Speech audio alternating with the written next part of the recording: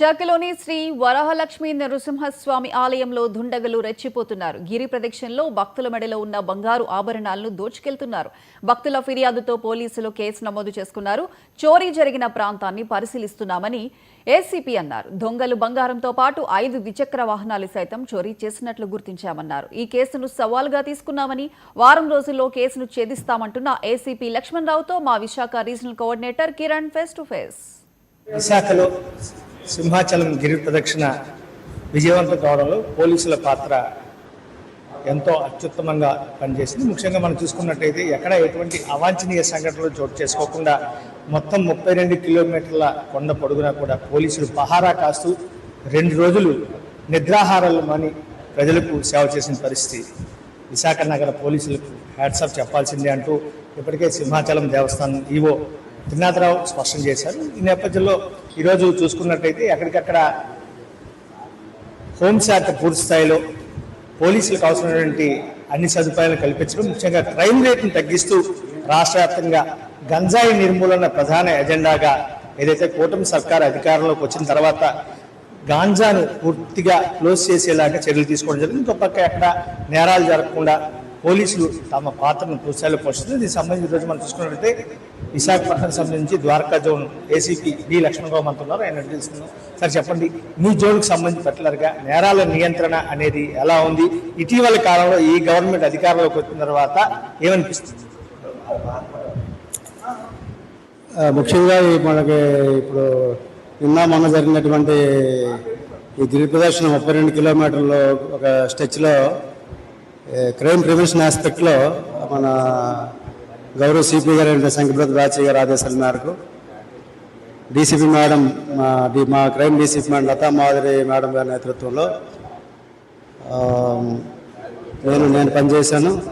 మరియు 2 సిఐలు, సుమారుగా ఒక 60 మంది కానిస్టేబుల్స్ని పెట్టి మొత్తం 32 కిలోమీటర్ స్టెచ్ కూడా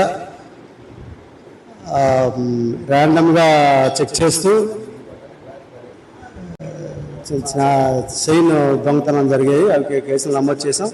వాటిని కూడా ఒక వితిన్ షార్ట్ పీరియడ్లో డిటెక్ట్ చేస్తామని చెప్పేసి మేము ఆకాంక్షిస్తున్నాం. అక్కడ టీమ్స్ ఫామ్ చేయడం జరిగింది. టీమ్స్ యాక్టివ్గా వర్క్ చేస్తున్నాయి. 1 వీక్లో మేము టార్గెట్ పెట్టుకున్నాము, సెల్ఫ్గా పెట్టుకున్నాం. మేడం గారు ఇన్స్ట్రక్షన్స్ ఇవ్వడం జరిగింది మాకు. మేము వాటిని అత్వరలో ఛేదించి ఫిర్యాదులకు కూడా సిపి గారి చేతుల మీదుగా ఇచ్చేటట్టుగా మేము చర్యలు తీసుకున్నామని మేము కాన్ఫిడెంట్గా ఉన్నాం, చేస్తాము. ఓవరాల్గా ఎన్ని కేసులు ఫైల్ అయ్యాయి అంటారు ఈ చైన్ స్నాచింగ్ సంబంధించి కానీ, లేదంటే వెహికల్స్ థెఫ్ట్ కానీ దీనికి సంబంధించి సింహగిరి ప్రదక్షిణ నేపథ్యంలో ఓవరాల్గా ఎన్ని కేసులు నమోదయ్యాయి? మనకి 4 శార్లో పరిధిలో 4 చైన్ దొంగతనాలు రిపోర్ట్ అయ్యామండి. ఇవన్నీ కూడా అతి త్వరలోనే మేము తగు పరిష్కారం తీసుకుని ప్రయత్నిస్తాం.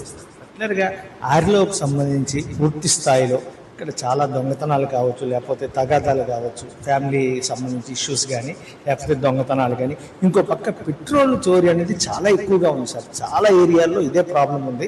అయితే చిన్న విషయం కదా అని చెప్పి మీ నోటీసులో బహుశా రాకపోయి ఉండొచ్చు, కానీ దీని మీద పూర్తి స్థాయిలో పెట్రోలింగ్ అనేది ఈ మధ్యకాలంలో నేను కూడా పర్టికులర్గా అబ్జర్వ్ చేస్తాను. ఈ మధ్య పెట్రోలింగ్ అనేది చాలా వరకు తగ్గినట్టుగా అనిపిస్తున్నది. ఇజ్ ఇట్ కరెక్ట్ అన్నా? ఇప్పుడు మీకు తెలియదు కాదు, ఈ పెట్రోలింగ్ 2 వీలర్ పెట్రోలింగ్, తర్వాత ఫుడ్ పెట్రోలింగ్ కూడా మేము నైట్ బీట్స్ ఎవ్రీడే వేస్తాము. ఇప్పుడు ఇలాంటి పెద్ద పెద్ద బందోబస్తు వస్తే తప్ప బీట్స్ తగ్గితే పరిస్థితి ఉంటుంది. కాబట్టి అదర్వైజ్ మేము బీట్స్ తగ్గించే పరిస్థితి ఉండదు. ఈ పెట్రోల్ 2 వీలర్స్లో పెట్రోల్ దొంగతనం అనేది ఈ మినాస్ ఉంది. ఇక్కడ ఆర్లో పరిధిలోనే లేదు కాదు. తర్వాత మన పర్వాడలో కూడా మా దృష్టికి రావడం జరిగింది. అక్కడ ఎవరైతే ఈ బ్యాడ్ క్యారెక్టర్స్ ఉన్నారో వాళ్ళందరినీ కూడా రౌండప్ చేసి ఈ కల్ప్రిట్స్ని ఐడెంటిఫై చేసి ఆ ప్రివెన్షన్ చేయమని చెప్పేసి ఆల్రెడీ ఇన్స్ట్రక్షన్ చేయడం జరిగింది. కన్సర్న్ మన సౌత్ సిఏ గారికి ఇన్స్ట్రక్షన్ చేయడం జరిగింది. మన ఆర్లో సిఏ గారు, చక్రధర్ సిఏ గారికి ఇన్స్ట్రక్షన్ చేయడం జరిగింది. మనకు ఉన్నటువంటి 2 వీలర్స్ ఇప్పుడు ఒక్కొక్క ఏరియాలో 2 వీలర్స్ ఉంటున్నాయండి. 2 వీలర్ సిపిగా ఇచ్చినటువంటి గవర్నమెంట్ వెహికల్స్ వాటిని విరివిగా వాడి 2 వీలర్ పెట్రోలింగ్ చేస్తూ ఆ బ్యాడ్ క్యారెక్టర్స్ని కూడా పికప్ చేసి వాళ్ళు పికప్ చేసి తగిన లీగల్ స్టెప్స్ తీసుకోమని చెప్పి ఇన్స్ట్రక్షన్ చేయడం జరిగింది. Thank you sir, thank you very much. ఇది ప్రస్తుతం మనం చూసుకున్నట్లయితే ఏదైతే గిరి ప్రదక్షిణ నేపథ్యంలో భారీ ఎత్తున లక్షలాది మంది భక్తులు గిరిప్రదక్షిణ చేసిన నేపథ్యంలో అన్ని చోట్ల కూడా పూర్తి స్థాయిలో నేరాల నియంత్రణకు అన్ని చోట్ల కూడా పకడ్బందీ చర్యలు తీసుకున్నామని చెప్పి అయితే 1-2 చోట్ల మాత్రం చైన్ స్నాచింగ్ ఇష్యూస్ అనేవి రావడం జరిగింది. పర్టికులర్గా ఆర్లోకి సంబంధించి ఒక 4 కేసులు నమోదయ్యాయి.